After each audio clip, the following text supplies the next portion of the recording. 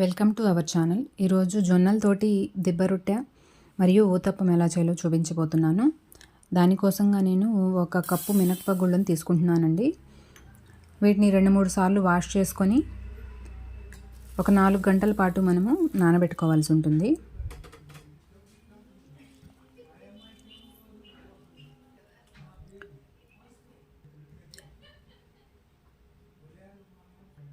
తర్వాత మనం 1 కప్పు మినపగుళ్ళకి ఇక్కడ 2.5 కప్పు జొన్న రవ్వ తీసుకోవాల్సి ఉంటుంది.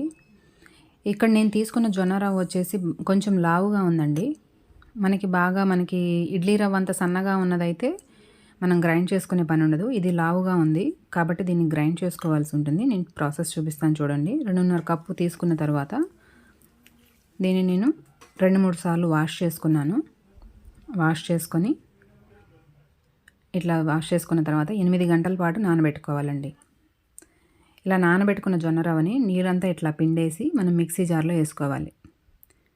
నీటితో పాటు వేసుకుంటే ఏమవుతుందంటే అది మనకి గ్రైండింగ్ అనేది సరిగ్గా అవ్వదు. నీళ్ళు ఉండడం వల్ల సరిగ్గా గ్రైండింగ్ అవ్వదు. ఇది జొన్న రవ్వ అనేది నేను తీసుకునేది చాలా లావుగా ఉంది, అందువల్ల నేను గ్రైండ్ చేసుకుంటున్నాను.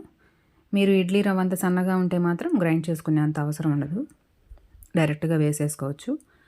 దీన్ని ఇలా గ్రైండ్ చేసుకున్నానండి. కొంచెం బరకగా ఉండేలాగా ఇట్లా గ్రైండ్ చేసుకున్నాను. ఇప్పుడు ఈ గ్రైండ్ చేసుకున్నటువంటి జొన్న రవ్వని నేను ఈ బౌల్లోకి తీసుకుంటున్నాను. ఇదే విధంగా మినపప్పును కూడా వేసుకొని అదే మిక్సీ జార్లో గ్రైండ్ చేసుకుంటున్నాను. మినప్పిండిని మాత్రం సాఫ్ట్గా చేసుకోవాలి. ఇప్పుడు మనం తీసుకున్నటువంటి జొన్న రవ్వ బ్యాటర్లోకి ఈ మినపిండి బ్యాటర్ని మిక్స్ చేసి బాగా కలపాలండి. ఇది మనం మిక్సీ జార్లో వేసుకున్నాం కాబట్టి మనం కలపటంలోనే మనకి టేస్ట్ అనేది వస్తుంది. బాగా మిక్స్ చేయాలి. కొంచెం టైం పట్టినా కానీ మనం బాగా మిక్స్ చేసుకుంటేనే మనకు అది పిండి అనేది ఫ్లఫీగా ఉంటుంది. గ్రైండర్లో వేసుకుంటే మాత్రం మనం అంతసేపు మిక్స్ చేయక్కర్లేదు. మిక్సీ జార్లో వేసుకుంటే మాత్రం ఖచ్చితంగా మనం మిక్స్ చేయాల్సి ఉంటుంది. ఇట్లా నేను బాగా కలిపిన తర్వాత దీన్ని అంతా మూత పెట్టేసేసి రాత్రంతా పులియబెట్టాను. ఇప్పుడు మార్నింగ్ టైం చూస్తే చూడండి ఎంత నీట్గా పొంగిందో చూడండి. ఇలా నీట్గా పొంగింది. ఇట్లా ఫర్మెంటైజ్ అయిన పిండి మనం తినటం వల్ల మనకి ఆరోగ్యానికి కూడా చాలా మంచిది. ఇప్పుడు ఇందులో నేను టేస్ట్కి సరిపడే ఉప్పు వేసుకుంటున్నాను. అలాగే కొంచెం ఒక్క చిటికెడు బేకింగ్ సోడా. మళ్ళీ పిండిని మనము బాగా మిక్స్ చేయాల్సి ఉంటుంది. మనం బాగా మిక్స్ చేయడం వల్ల ఏంటంటే మనకి వేసుకున్న ఈ దిబ్బ రొట్టె కానివ్వండి, మనం ఊతప్పం కానివ్వండి, అది మనకి సాఫ్ట్గా అనేది వస్తుంది. తినేటప్పుడు సాఫ్ట్గా ఉంటుంది. కొంచెం నేను వాటర్ యాడ్ చేసుకొని మిక్స్ చేసుకుంటున్నాను.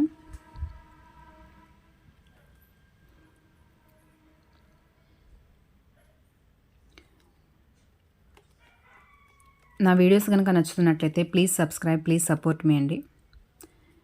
ఈ కన్సిస్టెన్సీ వచ్చేంత వరకు మనం కలుపుకోవాలి. ఇలా కలుపుకున్న తర్వాత ఒక ప్యాన్ తీసుకొని అందులో ఒక 2 స్పూన్స్ ఆయిల్ తీసుకొని ఆయిల్ బాగా వేడెక్కిన తర్వాత మాత్రమే పిండిని యాడ్ చేసుకోవాలి. ఇట్లా నేను 2 పెద్ద గంటెలతోటి యాడ్ చేసుకున్నాను. పిండిని యాడ్ చేసుకుని దాన్ని అట్లా ఈవెన్గా స్ప్రెడ్ చేసుకోవాలండి. ఈవెన్గా స్ప్రెడ్ చేసుకొని వదిలేసేసేయాలి. ఇప్పుడు మనం దిబ్బ రొట్టె చేస్తున్నాము. ఈ దిబ్బ రొట్టెకి ఏంటంటే మనం మూత పెట్టకూడదండి. మూత పెట్టకుండా ఉంటేనే మనకి క్రిస్పీగా వస్తుంది. ఇట్లా మంచి కలర్ వచ్చి క్రిస్పీగా ఉంటుంది. తింటుంటే క్రంచీగా ఉంటుంది, లోపలేమో సాఫ్ట్గా ఉంటుంది. దిబ్బ రొట్టె రెడీ అయిపోయిందండి. అలాగే ఇప్పుడు ఊతప్పం కోసం మళ్ళీ దీనికోసం కొంచెం ఆయిల్ తక్కువే పడుతుంది. మనం యాడ్ చేసుకొని ఆయిల్ వేడిన తర్వాత మళ్ళీ పిండిని తీసుకొని మళ్ళీ సేమ్ అలాగే ఈవెన్గా స్ప్రెడ్ చేసుకోవాలి.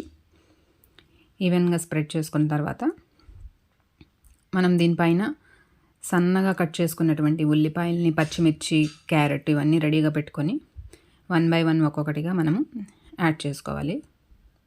నేను ఇక్కడ ఆనియన్స్, అలాగే పచ్చిమిర్చి, అలాగే క్యారెట్ యాడ్ చేస్తున్నాను. ఇష్టం ఉన్న వాళ్ళు కొత్తిమీర ఇవి కూడా యాడ్ చేసుకోవచ్చు. కరివేపాకు, కొత్తిమీర. కొంతమందికి ఆ ఫ్లేవర్స్ ఊతప్పం మీద ఇష్టం ఉండవు కదా, ఇష్టమైన వాళ్ళు యాడ్ చేసుకోవచ్చు. ఇప్పుడు దీనిపైన మూత కంపల్సరీ పెట్టాలి. మనం ఊతప్పం కోసం మూత అనేది కంపల్సరీ పెట్టాలి. అది సాఫ్ట్గా మనకి కుక్ అవ్వాలి అంటే మూత పెట్టి కుక్ చేయాలి. లో ఫ్లేమ్లోనే నేను కుక్ చేశాను మూత పెట్టి. చూడండి నేను ఒక 4 నిమిషాల తర్వాత తీసాను. తీసిన తర్వాత ఇట్లా రివర్స్ చేసుకోవాలి. కొంచెం స్లోగా రివర్స్ చేసుకోవాలి. ఇది మనకి దిబ్బ రొట్టె అయితే చూడండి బ్యాక్ సైడ్ అంతా ఎర్రగా కాలింది. ఉత్తప్పానికి మనం మూత పెట్టి సాఫ్ట్గా కుక్ చేసాం కదా, దానంత కలర్ రాలేదు. మళ్ళీ ఒక 2 మినిట్స్ తర్వాత మళ్ళీ రివర్స్ చేసుకొని మనకి అంతా బాయిల్ అయిందనుకొని చెక్ చేసుకొని ఒకసారి తీసుకోవాలి.